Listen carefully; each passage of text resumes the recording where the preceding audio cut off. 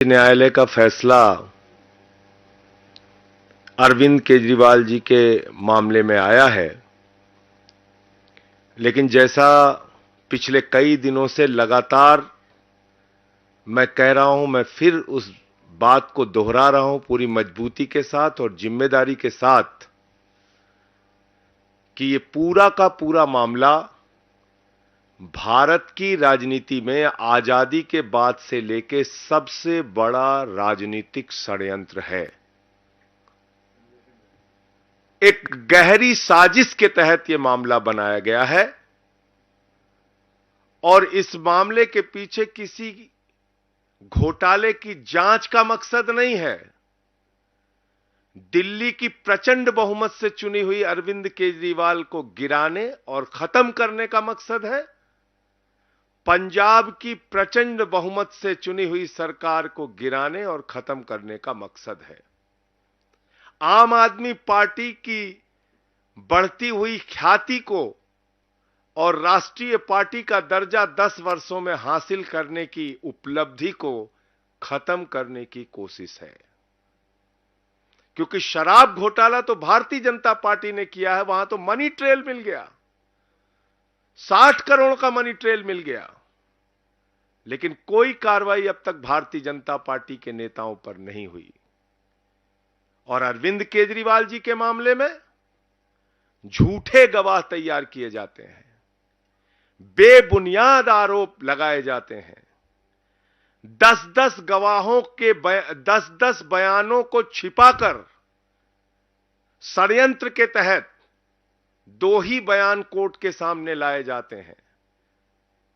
10 बयानों में से 8 बयान छिपाकर मात्र 2 बयान कोर्ट के सामने लाए जाते हैं। और मैं फिर से दोहरा रहा हूं, मगुंटा रेड्डी, राघव रेड्डी के 10 बयान थे। अंतिम 2 बयान में जैसे ही उन्होंने केजरीवाल जी का नाम लिया, तुरंत उसके बेटे को बेल मिल जाती है।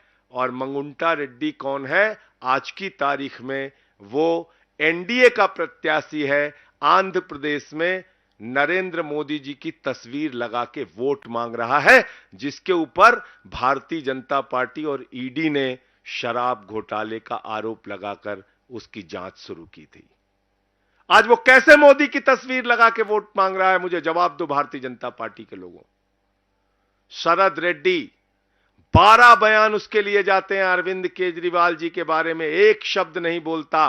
अंतिम 2 बयान में बोलता है, 10 बयान में नहीं बोलता। और जैसे ही 2 बयान में वो नाम लेता है केजरीवाल जी का, उसको तुरंत बेल मिल जाती है और वो छूट जाता है कमर दर्द के नाम पे।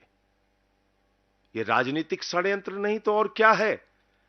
चंदन रेड्डी नाम के एक गवाह का कान का पर्दा फाड़ दिया गया, हाई कोर्ट में उसने अपील की। समीर महेंद्रू पे दबाव बनाया गया, अरुण पिल्लई पे दबाव बनाया गया, गवाहों को डराया गया, धमकाया गया। और तब यह पूरा मामला केजरीवाल जी के खिलाफ तैयार किया गया।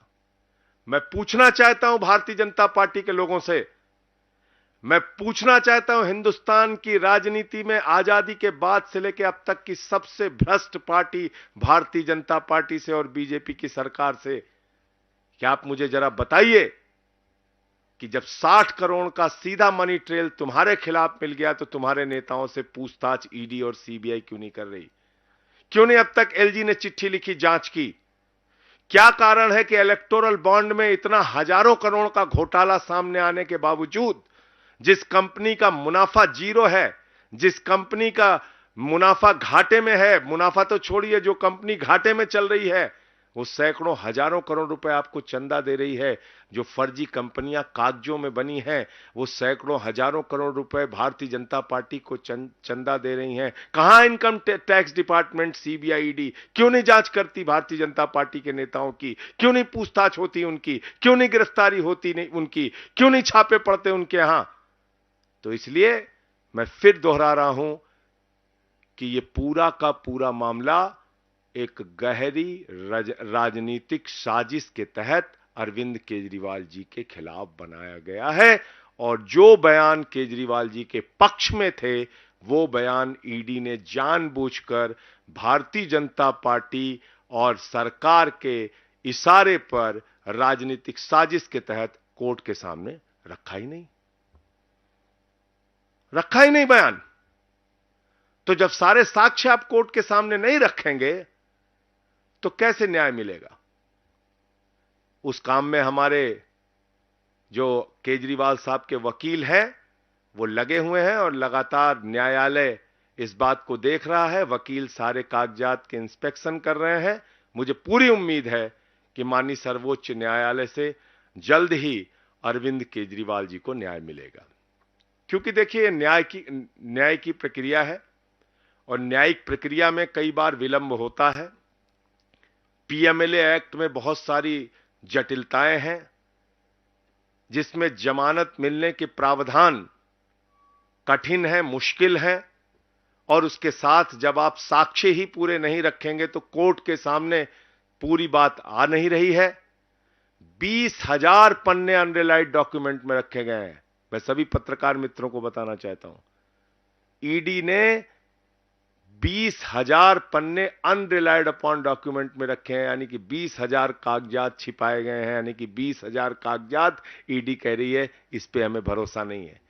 जबकि सेक्शन 50 पीएमएलए में तो आप झूठा बयान ले ही नहीं सकते। सबसे पहले बताया जाता है सेक्शन 50 पीएमएलए में कि देखो भाई, झूठी गवाही दोगे तो तुम्हारे खिलाफ कार्रवाई होगी।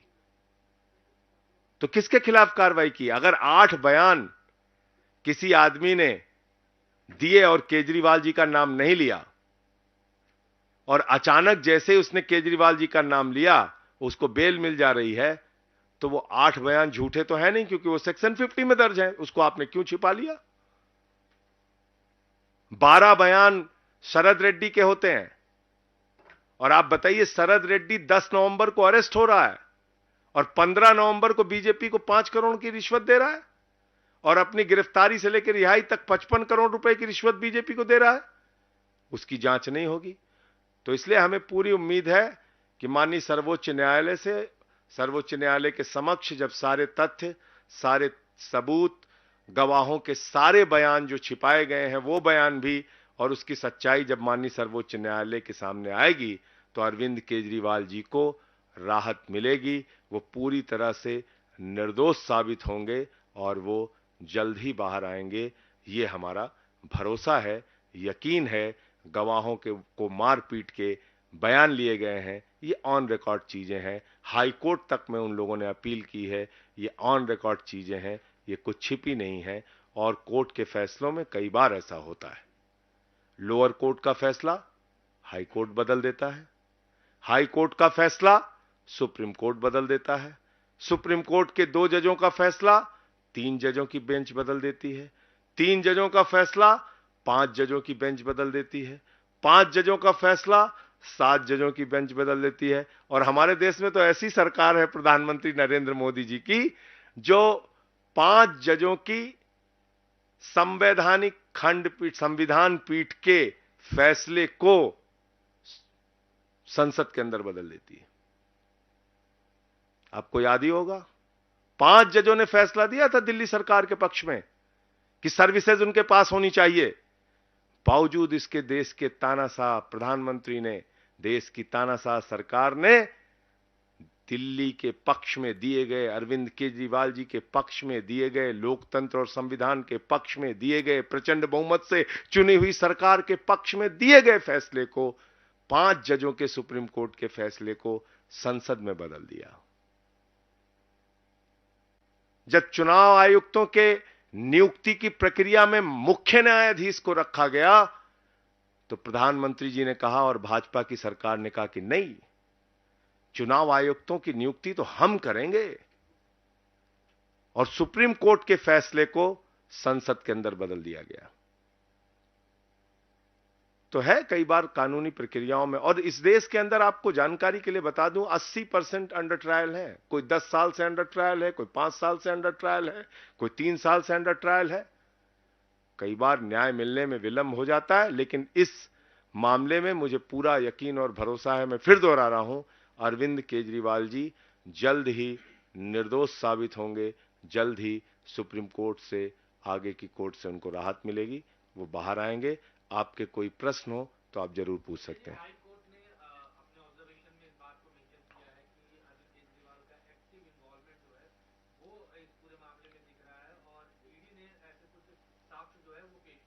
तो ईडी ने जो साक्ष्य अरविंद केजरीवाल जी के पक्ष में है वो नहीं पेश किए ना। मैंने तो आपको बताया। ये पता कैसे चला? ये कैसे पता चला कि वो साक्ष्य नहीं रखे हैं? खुद ईडी ने कहा कि मंगुंटा रेड्डी, राघव रेड्डी के 10 बयान, 8 बयान अनरिलायड अपॉन डॉक्यूमेंट में। हमारे वकीलों ने कहा कि भाई अनरिलायड अपॉन डॉक्यूमेंट में क्यों रखा है आपने? 8 बयान अगर आपने दो गवाहों के दर्ज किए, जो आरोपियों के दर्ज किए, जो सरकारी गवाह बने, तो आपने उसको अनरिलायड अपॉन डॉक्यूमेंट में क्यों रख दिया? छिपा क्यों लिया? भाई ईडी का दफ्तर कोई म्यूजियम तो है नहीं। ईडी का दफ्तर कोई रद्दी की टोकरी की जगह तो है नहीं कि वहां पे आप कागज इकट्ठा कर रहे हैं, रख रहे हैं। आपने कागज इकट्ठा किया है किसी को दोषी साबित करने के लिए ना। तो सारे कागजात आप माननीय न्यायालय के सामने रखिए। क्यों नहीं रखा आपने? तो कोर्ट ने कहा अभी इसी मार्च में, आप सबकी जानकारी के लिए बता दूं, इसी मार्च में ऑर्डर हुआ पिछले महीने कि भाई जो आरोपी का अधिकार है कि उसके खिलाफ जितने भी साक्ष्य आपने रखे हैं, इकट्ठा किए हैं, वो उनके वकीलों को दिखाइए। तब वकील गए हमारे, उन्होंने देखा, वो हैरान हो गए। मतलब एक ही आदमी के आपने 7 बयान लिए, 6 बयान में राघव रेड्डी ने नाम नहीं लिया, 6 आपने छिपा लिया, 1 दिखा दिया। एक ही आदमी के 3 बयान मंगुंटा रेड्डी के आपने लिए, जो इस समय मोदी की तस्वीर लगा के वोट मांग रहा है, सोचिए आप। 2 बयान आपने छिपा लिए, 1 बयान जिसमें केजरीवाल का नाम लिया, वो रख दिया कोर्ट के सामने। और तुरंत ही जैसे केजरीवाल जी का नाम वो ले रहा है, उसकी बेल हो जा रही, जमानत हो जा रही राघव रेड्डी की। इसी तरीके से शरद रेड्डी का मामला है। 12 बयान उसने दिए, 10 बयानों में केजरीवाल जी का नाम नहीं लिया। अब 6 महीने उसको जेल में रखा। अब हर आदमी संजय सिंह तो है नहीं, 6 महीने में टूट गया वो। उसने दे दिया बयान, केजरीवाल जी के खिलाफ बयान दिया जैसे ही, वैसे ही उसको जमानत मिल गई कमर दर्द के नाम पे। तो ये है हकीकत। ये बयान रखे ही नहीं गए हैं। मैं सभी पत्रकार बंधुओं को जिम्मेदारी से यह बताना चाहता हूं कि ये बयान अभी कोर्ट के सामने नहीं रखे गए हैं।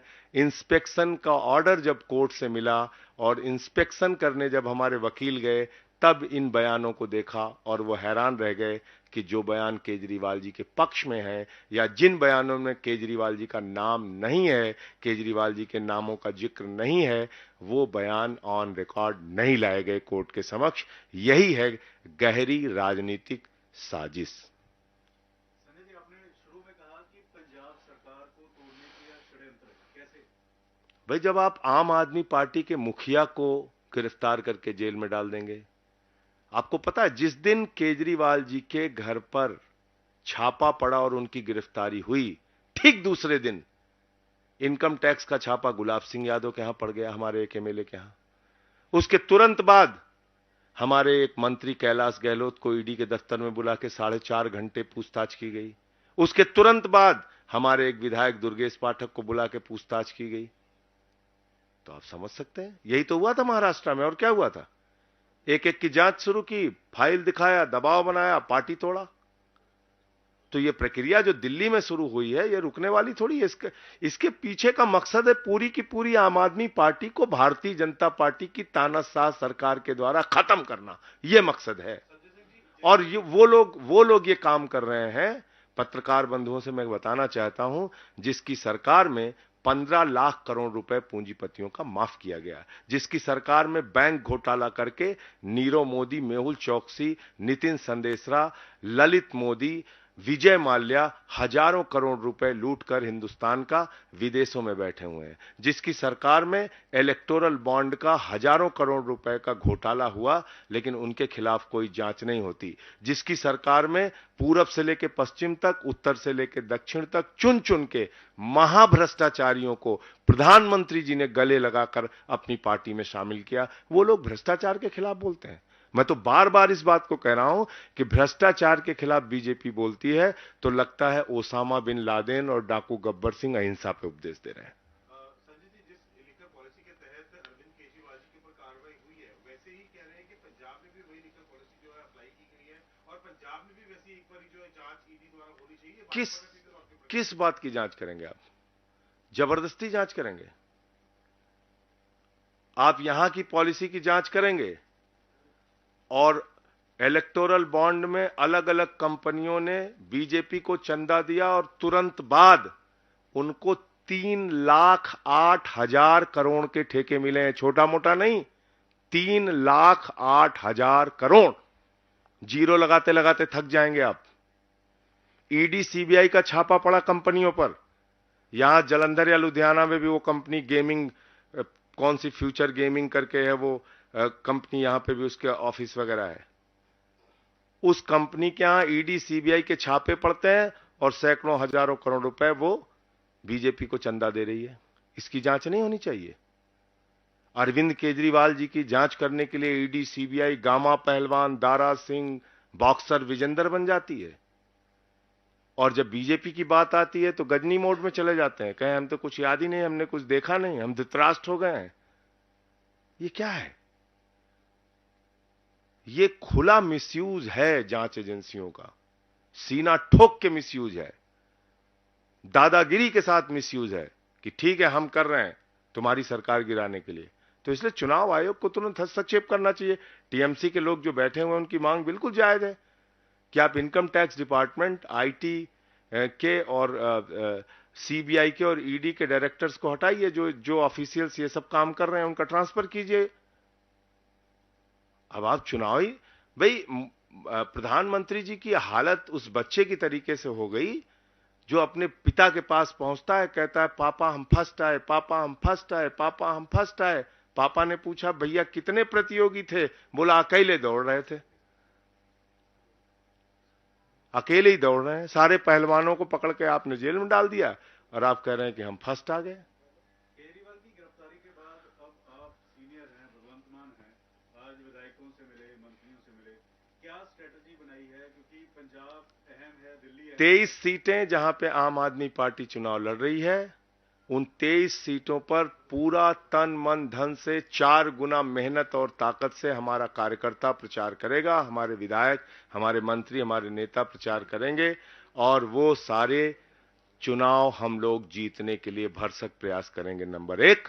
और जहां भी इंडिया गठबंधन के कैंडिडेट हैं, जिन राज्यों में हम चुनाव नहीं लड़ रहे हैं, वहां भी हमारी पार्टी इंडिया गठबंधन के प्रत्याशियों के लिए प्रचार करेगी।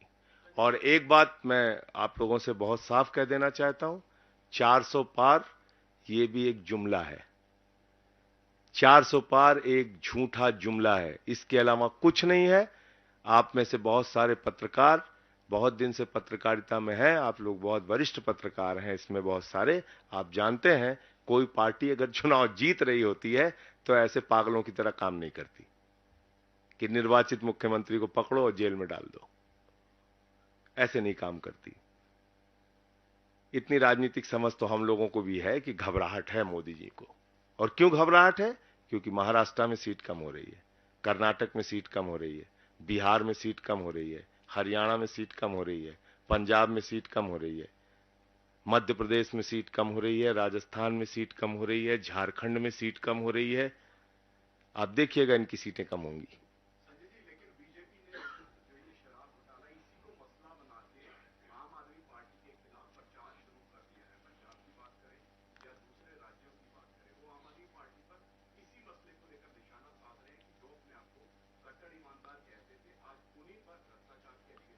सर मैं आपसे एक ही चीज पूछ रहा हूं कि आपने आम आदमी पार्टी के नेताओं पे तो इतने सारे छापे मार दिए, 1 रुपए कहीं बरामद हुए?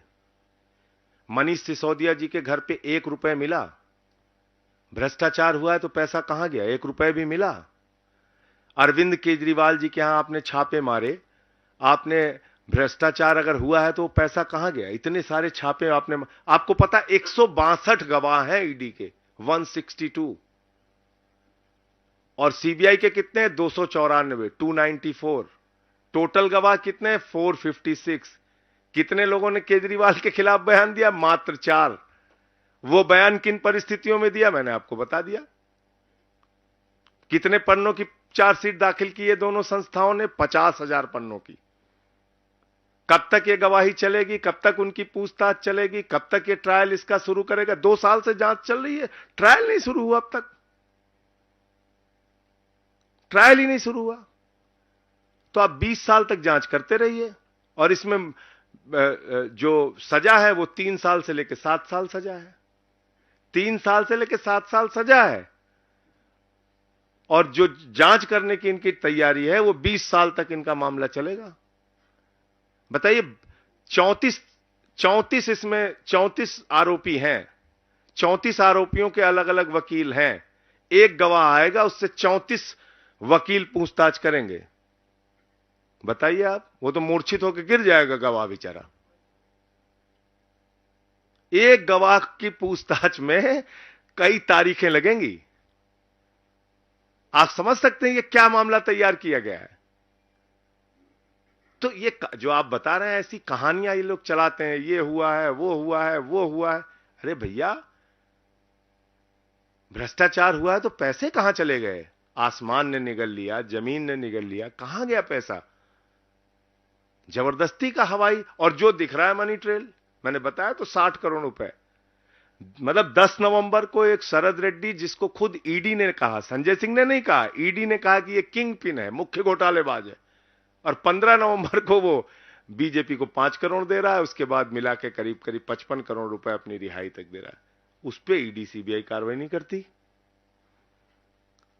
उसके पोस्टर नहीं लगा। कहीं सुना है रिटेल की दुकान पर होलसेल का दाम? जी हाँ, नव्या लेकर आया है डिजाइनर सूट्स, कुर्तीज और फैब्रिक्स।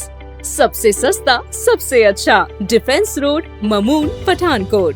कॉन्टैक्ट 96141 96141।